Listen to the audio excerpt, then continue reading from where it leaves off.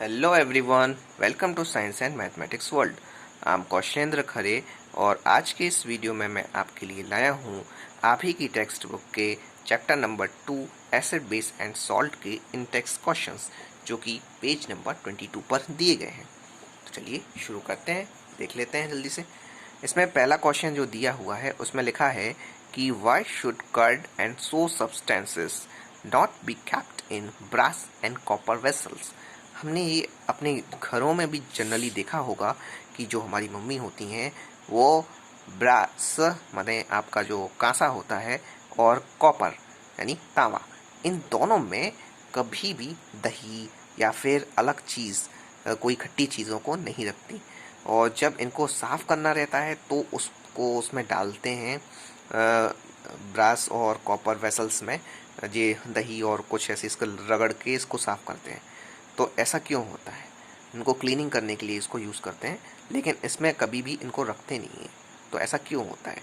ये बहुत ही अच्छा क्वेश्चन है और आपका जीके का भी क्वेश्चन है, आपका एग्ज़ाम का भी है, रीजनिंग भी है क्वेश्चन, और आपके एग्ज़ाम में आने लायक 100% क्वेश्चन है। तो चलिए इसका आंसर देख लेते हैं। Curd and sour substances contain acids and brass और copper metal, Cu metal means copper metal, react with acid to liberate hydrogen gas H2. It can also spoils food, therefore curd and so substances not be kept in brass and copper vessel. इसका मतलब है कि curd यानी दही और सो substances means खट्टे पदार्थ, इसमें क्या होता है? एसिड होता है, ठीक है। और ब्रास और जो कॉपर है, सी यू मीन्स कॉपर, वो क्या करता है? रिएक्शन कर लेता है इन एसिड्स से और एक गैस छोड़ता है जिसका नाम है hydrogen gas. Hydrogen gas liberate करता है, हाइड्रोजन गैस छोड़ता है। और इसके कारण क्या होता है? It can also spoils food, और ये फूड को भी ख़राब कर देता है, दही को भी ख़राब कर देगा, आपकी खट्टी चीज़ों को भी ख़राब कर देगा।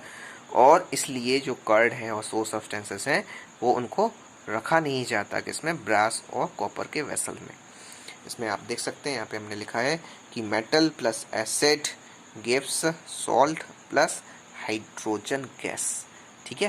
इसका मतलब है जब मेटल की रिएक्शन एसिड के साथ करते हैं, सॉल्ट सब्सटेंसेस में एसिड होता ही है जनरली, तो इससे क्या मिलता है? सॉल्ट बन जाता है और हाइड्रोजन गैसेस निकलती है जो आपके खाने को ख़राब कर देती है। इसीलिए आप कभी भी इसमें कॉपर और ब्रास के वेसल्स में कभी भी वो रखते नहीं हैं खट्टी चीज़ें, और ऐसे मतलब दही और खट्टी चीज़ें नहीं रखते, ठीक है।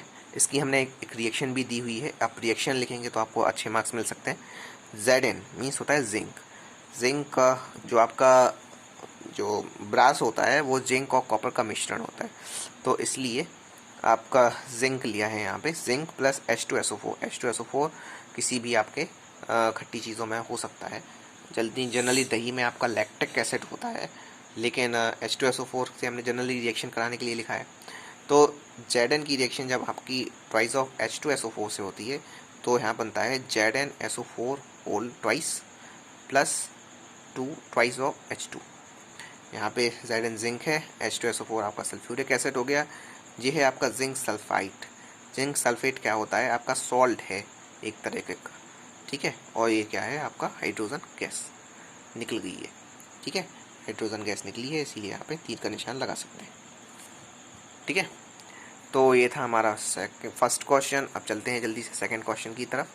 सेकंड क्वेश्चन में लिखा है कि which gas is usually liberated when an acid react with metal, illustrate with an example, how will you test for the presence of this gas।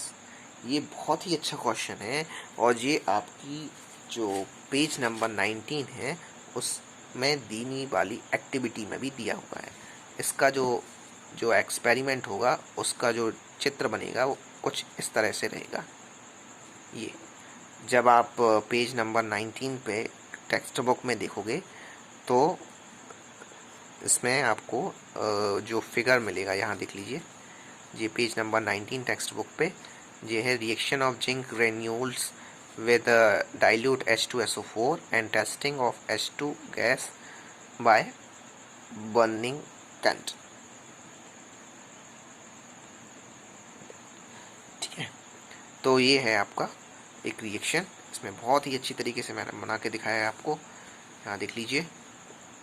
इसमें आपका एक तरह से स्टैंड रहता है और स्टैंड में ये टेस्ट ट्यूब है।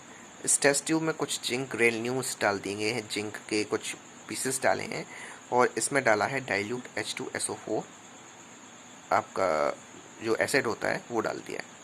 तो अब जब इसमें डालते हैं तब इसमें से ये छोटी छोटी जो निकल रही है ये क्या है, हाइड्रोजन गैस है। हाइड्रोजन गैस निकलती है। हाइड्रोजन गैस को हम इस डिलीवरी ट्यूब के माध्यम से इस सोप सोल्यूशन में डालेंगे। जब इस सोप सोल्यूशन में डालेंगे तो इसमें से ये छोटे छोटे बबल्स निकल रहे हैं, ठीक है। तो ये बबल्स, सोप बबल्स में क्या है, आपकी हाइड्रोजन गैस भरी हुई है, ठीक है। और इन ही सोप बबल्स को जब आप एक बर्निंग कैंडल के सामने लाएंगे तो वो कैंडल जल्दी से फट की आवाज़ के साथ साथ बुझ जाएगी। Burning of hydrogen gas with pop sound, फट की आवाज़ आती है बहुत ज़ोर से। तो इस तरह से ये कैंडल बुझ जाएगी और ये इस बात का प्रूफ है कि जो यहाँ से जो गैस निकली है वो क्या है, हाइड्रोजन गैस है।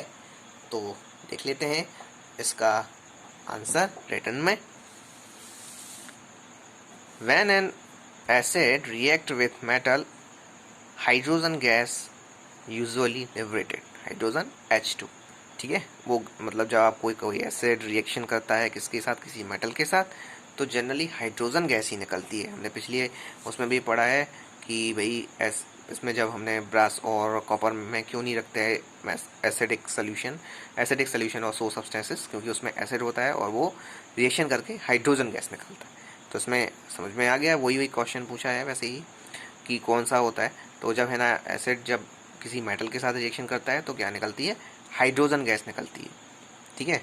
और इसमें है we will take a few pieces of zinc granules and 5 ml of H2SO4, shake it and pass the gas into soap solution, bubbles of soap solution, ठीक है। बबल्स ऑफ सोप सोल्यूशन क्या करेगा, blow out the candle,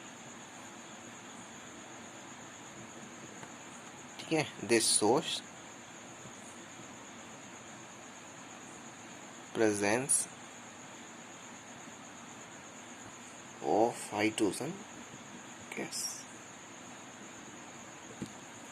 ठीक है। तो ये है हमारा क्वेश्चन। इसमें समझ में आ गया होगा आपको कि क्यों इस तरह से ये होता है।